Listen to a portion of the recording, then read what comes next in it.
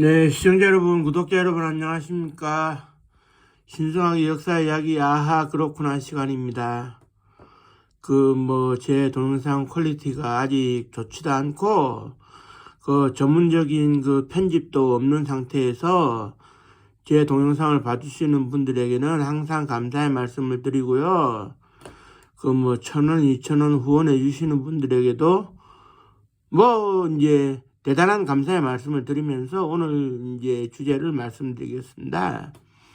제가 이제 주로 이 주제를 유튜브를 보다가 이제 선정을 많이 하는데요. 오늘의 이야기는 훈장이 되겠습니다. 훈장. 국가의 입장에서 국가를 위해서 일한 사람에게 훈장을 줍니다. 대통령이 받는 무궁화 대훈장부터 해서 훈장이 많이 있죠. 그런데요, 저는 그렇게 생각합니다. 훈장이라고 하는 것은, 우리가 이제 과거에 독립운동 하신 분들이나 이런 분들, 장기리 박사님, 기타 등등 우리 사회에 수많은 분들이 그분들이 과연 훈장을 받으려고 일을 했느냐? 그러지는 않습니다. 자기 위치에서 최선을 다했을 뿐이고, 다만 훈장이 주어지면 영광스러운 것일 수는 있죠. 그런데 저는 그렇게 생각하는 것이, 훈장이라고 하는 것은 받을 자격이 되는 사람이 받아야 훈장이 빛이 나는데, 받을 자격이 없는 사람이 받으면 훈장의 훈격은 떨어질 수밖에 없어요. 제가 예를 하나 들어서 설명을 드리겠습니다. 1988년도 50 청산 청문회 광주특위 청문회에서 어떤 일이 있었냐면, 1980년 당시에 이제 계엄하에서 국방부 장관을 역임했던 공구참모총장 출신의 주영복 장관이 증인으로 나왔어요. 이분은 한국전쟁 때 승오리 철교 폭파도 하셨고, 공군에서 명성을 쌓으신 분은 맞는데, 제가 말씀드리고 싶은 게 뭐냐면, 야당 의원이 이렇게 질의를 했어요. 전쟁에 참전을 해가지고, 공을 세운 사람에게 주는 태국 무궁훈장을 줬습니까? 하니까네, 주영국 증인이 줬다. 예, 줬습니다. 이렇게 얘기를 했어요. 그래서 이제 국회의원이 다시 되묻죠. 어느 전쟁에 참전했습니까? 어느 전쟁에 참전했느냐? 말은 못하죠. 말을 할 수가 있겠습니까? 그러자 뒤에서 뭐라고 그랬느냐? 야당 국회의원 한 사람이 얘기를 하는 겁니다. 약간 이렇게 시니컬한 이 어조로 얘기를 하는 겁니다. 솔직하게 광주 전투에 참가했다고 얘기해요. 광주 민주화 항쟁을 진압한 공로로 훈장을 받은 것이 아니냐? 솔직하게 얘기해라. 그런데요, 저는 그렇게 생각합니다. 광주 진압이 공이 될 수도 없지만, 전두환 씨가 광주 진압을 해가지고 훈장을 받았다. 그건 말이 안 됩니다. 훗날에 훈장이 문제가 될 수도 있는데, 받는다? 말이 안 되는 거거든요. 그럼 왜 받았느냐? 30년을, 육사 시절부터 해서 30년을 군복을 입고 있었는데, 대통령이 될 사람이 전역하는 이 순간에 태극 무공훈장을 받지 않으면 폼이 나지 않는다. 그래서 폼 한번 잡아보려고 전쟁터에 안 간 사람이, 공을 안 세운 사람이 태극 무공훈장을 받는 겁니다. 이게 말이 됩니까? 그런데 이제 전두환 씨는 대통령이 되고 난 이후에 훈장을 2개를 더 받았어요. 건국공로훈장 최고 훈장 1등급하고 외교훈장 강화대장인가 1등급을 받았는데, 여기서 중요한 것은 뭐냐면, 건국의 공로를 한 사람이 받아야 되는 건국공로훈장을 건국의 공이 없는 사람이 왜 받느냐 이겁니다. 전두환 씨는 건국 당시에 대구 공고를 다니고 있었을 학생일 뿐이었는데, 건국에 공이 없는데 어떻게 건국 공로훈장을 줍니까? 이거를 두고 이제 그때 당시에 군수기지 사령관으로 있을 때 부마 항쟁 1979년 10월 부마 항쟁을 실탄 발포 없이 진압했던 박창근 장군이라고 있어요. 박창근 장군이 뒤에 이제 총무처 장관이 됐을 때 훈장이 2개가 내려갔는데 그때가 82년도였어요. 그래 이제 훈장 2개가 왜 내려갔느냐 이제 물어보니까는 이제 박창근 장군이 이제 총무처 장관으로 있었을 때 기억을 하면서 얘기를 하더라고요. 대통령 전두환이 개인 전두환에 게 좋겠죠. 이렇게 얘기를 하더라고. 근데요, 이렇게 생각합니다. 자격을 갖춘 사람도 엄격하게 한 번 더 판단을 해서 받을 수 있는 게 훈장이에요. 그런데 받을 자격이 없는 사람이 훈장을 받아버리면 그 훈장의 가치는 떨어지기 마련입니다. 지금 군인들이 이제 주로 이제 특별한 상황에서 받는다는 무공훈장의 경우에 어떻게 되어 있느냐? 태극 무공훈장부터 이렇게 쭉 보면 이렇게 훈격이 이렇게 되어 있어요. 전투에 참여를 해서 비범한 능력을 바탕으로 필사의 각오로 적과 싸워서 이렇게 설명이 쭉 되어 있는데 전두환 씨가 태극 무공훈장을 받기 위해서 참전한 전투가 없잖아요. 그런데 왜 태극 무공훈장을 받습니까? 누구 마음대로. 그리고 2년 뒤에는 외교적 공이 없는데 외교훈장 강화대장을 받고 건국에 공이 없는데 건국 공로훈장을 받고 이게 참 말이 안 되는 거죠.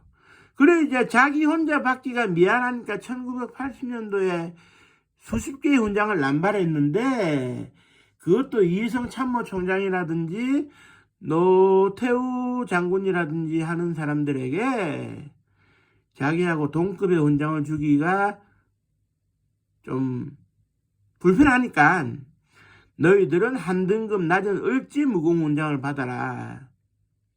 그리고 이제 정호영 장군 같은 경우에는 그때 이제 5.18 진압 공로로 받은 것 같은데 어떤 훈장을 받았느냐? 충무 무공훈장을 받았어요. 그런데 충무 무공훈장을 이제 받은 거에 대해 가지고는 자기가 이제 얘기를 했어요. 주니까 받았다.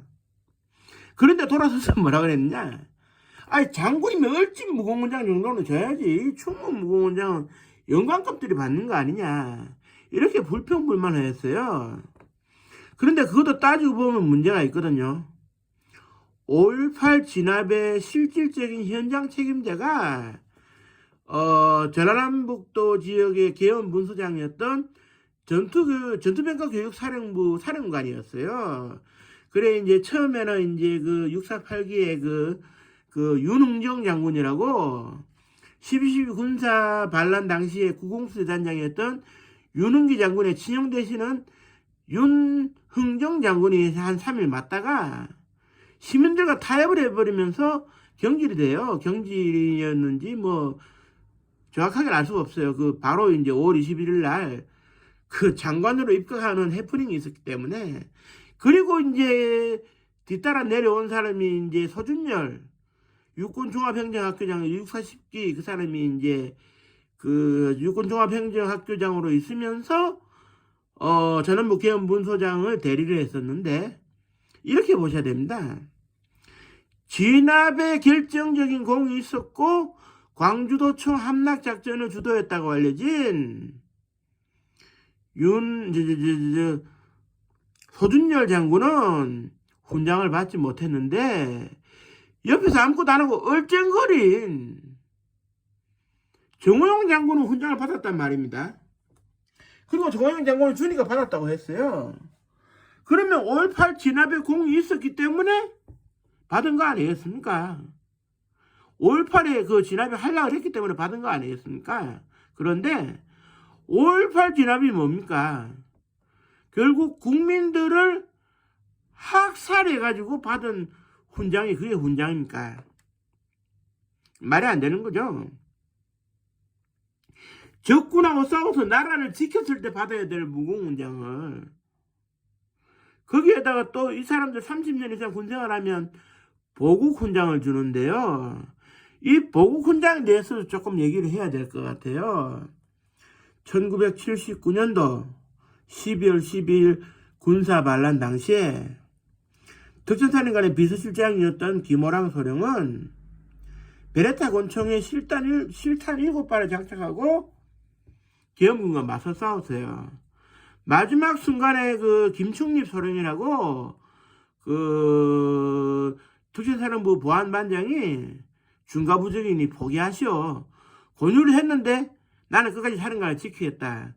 그래 한 15명 정도가 이제 박정규 중령 3공수 여단 15대 대장이 이끌고 온 병력하고 맞서가지고 베레타 권총 한 자루로서 실탄 발사하고 버티다가 자기는 6발을 맞고 사살이 됐는데, 제가 말씀드리고 싶은 게 뭐냐면 세상에 3공수 여단장이 직속 상관인 특전사령관을 총을 쏴서 죽여도 좋으니까 체포하라, 사살해도 좋으니까 체포하라는 이런 명령이 있을 수가 있습니까? 그리고 그것도 군사반란 아닙니까? 정병주 특전사령관이 최고사령관으로서 특전사를 지휘하고 있는데 왜 3공수 여단장이 불법적으로 박정규 중령에게 총을 쏘더라도 그 정병주 특전사령관을 체포하라고 하느냐? 뭐 그때 당시에 그 특전사 그 3공수 여단의 작전 상보인가요?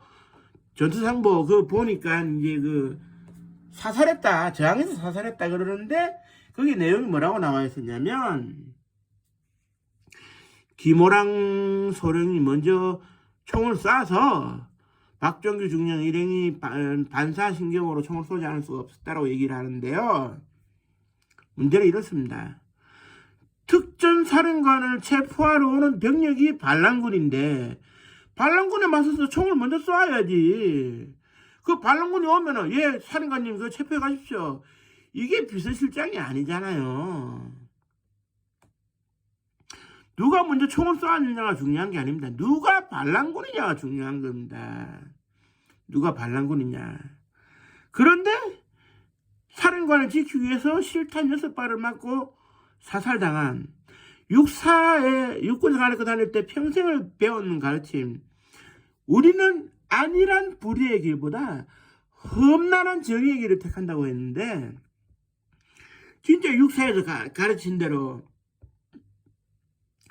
험난한 정의의 길을 택한 사람이 고작 실탄 6발을 맞고 사살당하고 특전사 뒷산에 안매장 되는 거라면 육군생활학교의 커리큘럼이 잘못된 거 아닙니까? 교육 방식이 잘못된 거 아닙니까? 안일한 불의의 길을 택하지 말고 험난한 정의의 길을 택하라고 해서 택했는데 어떻게 그 실탄 6발을 맞고 사살당하는 겁니까? 그리고 이 사람은 반란을 진압했기 때문에 진압하다 일어난 일이기 때문에 전사인데 순직으로 기록이 됐어요. 훈장 안 주려고. 세월이 흘러서 2017년도인가요? 국회의원이던 유승민 국회의원이 12.12 군사반란 당시에 수경사령부 이하 33 경비단에 있었던 인연으로 훈장을 줘야 된다 해가지고 바닥바닥 우겨서 국회에서 보국훈장을 줬어요. 영광급에 걸맞는 보국훈장을. 이게 말이 안 됩니다. 엄연히 태극 무공훈장을 받아도 시원찮은 사람이 왜 보국훈장 하나로 퉁칩니까? 물론 저는 그렇게 생각합니다. 훈장을 안 주는 이만 못하다. 훈장 안 주고 퉁친다는 것은 김호랑 소령의 명예와 군인의 명예, 육사에서의 가르침, 특전사의 명예를 훼손하는 것밖에 안 되고 웃음거리밖에 안 됩니다. 김호랑 소령이 먼 훗날 훈장 받으려고 총 한 자루로 대응했겠습니까? 육사에서 4년 동안 배운 게 험난한 정의의 길을 택하라고 배운 건데 배운 대로 행동했을 뿐인데 훈장이 문제가 아닌 것이죠. 이런 식으로 훈장이 남발되는 사례가 수없이 많았어요. 무자격자들이 훈장을 받았다는 이유로 국립묘지에 묻히고 이게 말이 되겠습니까? 이게 바로 정의를 되살린다고 할 수 있겠습니까? 말이 안 되는 거죠. 결국 훈장을 받아야 할 사람은 지하에서 통곡하고 있고 훈장을 받을 자격이 없이 감옥에 가가지고 총살을 당해도 시원찮은 사람들은 떳떳하게 살고 있고 이게 오늘날의 대한민국의 모습이라면 유권 하나밖에 없어야 됩니다. 지금도 육사에서는 가르칠 거 아닙니까? 험난한 정의의 길을 택하라고. 근데 실제로는 안일한 불의의 길을 택했더니 태극무궁훈장조, 을지무궁훈장조, 보국훈장조, 출세 장관의 국방장관, 뭐 참모총장, 대통령 다 하는 세상인데 누가 험난한 정의의 길을 가려고 하겠습니까? 진정한 훈장의 가치가 훼손되지 않으려면 지금이라도 훈장에 대한 전수조사를 해서 왜곡된 훈장의 가치를 바로잡아야 되겠죠. 건국공로훈장 전두환 대통령이 받았다고 했지만 1등급은요 목숨을 걸고 그 고문을 당하는 그 순간까지 독립만세를 감옥에서 외쳤던 유관순 열사도 받지 못한 게 1등급 훈장이고 백범 김구 선생 임시정부를 이끌었는데 1등급 못 받았어요. 근데 전두환이라는 무자격자가 1등급을 받는데 이게 뭐가 됩니까? 이래가지고 이 대한민국이 바로 섰다고 할 수 있겠습니까? 이게 과연 민주주의입니까? 이건 말이 안 되는 거죠. 우리 국민들이 좀 더 판단을 해가지고 무자격자를 가려낼 수 있는 그런 용기가 필요한 겁니다. 지금이라도 훈장을 박탈할 수 있는 사람은 박탈해야 되고 그 훈장에 따른 그 뭐랄까 포상, 연금 다 환수해야 됩니다. 진짜 훈장을 받아야 될 사람들한테 엄격하게 선별해서 주지 않으면요 훈장의 가치는 떨어질 수밖에 없어요. 그리고 저는 이런 생각도 해보는 것이 차라리 그럴 바에는 김모랑 중령 그 훈장도 그냥 가져가라. 그분을 더 이상 욕되게 하지 말고 훈장을 준다 해가지고 그분의 삶을 희화시키지 마라. 진짜 그분이 뭐를 원했는지 이걸 우리는 살펴봐야 된다. 저는 이렇게 생각하거든요. 뭐 훈장 얘기를 하다 보니까 동영상 얘기가 좀 길어졌는데요. 결국 엄격하게 심사해서 국민이 납득할 수 있는 사람이 받지 않는 훈장이라면 훈장제도도 다 없애야 돼요. 공적이 있어도 엄격하게 심사되어 가지고 떨어지는 사람이 있는데 공적 자체가 없는 사람이 심사도 안 받고 덜컥 지위에 있다고 훈장을 받는다? 이거는 있을 수 없는 일이거든요. 우리 국민 모두가 심각하게 고민해야 될 지점이라고 생각하고요. 하루빨리 새로운 정부가 들어서면 훈장에 대해서 다시 한번 그 가치를 생각해 보기를 바라는 마음으로 오늘 방송을 좀 길게 했습니다. 좀 지루한 점이 없잖아 있었을지는 모르겠지만 뭐 끝까지 들어주셔서 감사하고요. 시청자 여러분, 구독자 여러분, 후원해주신 후원자 여러분 모든 분들께 감사드립니다. 고맙습니다.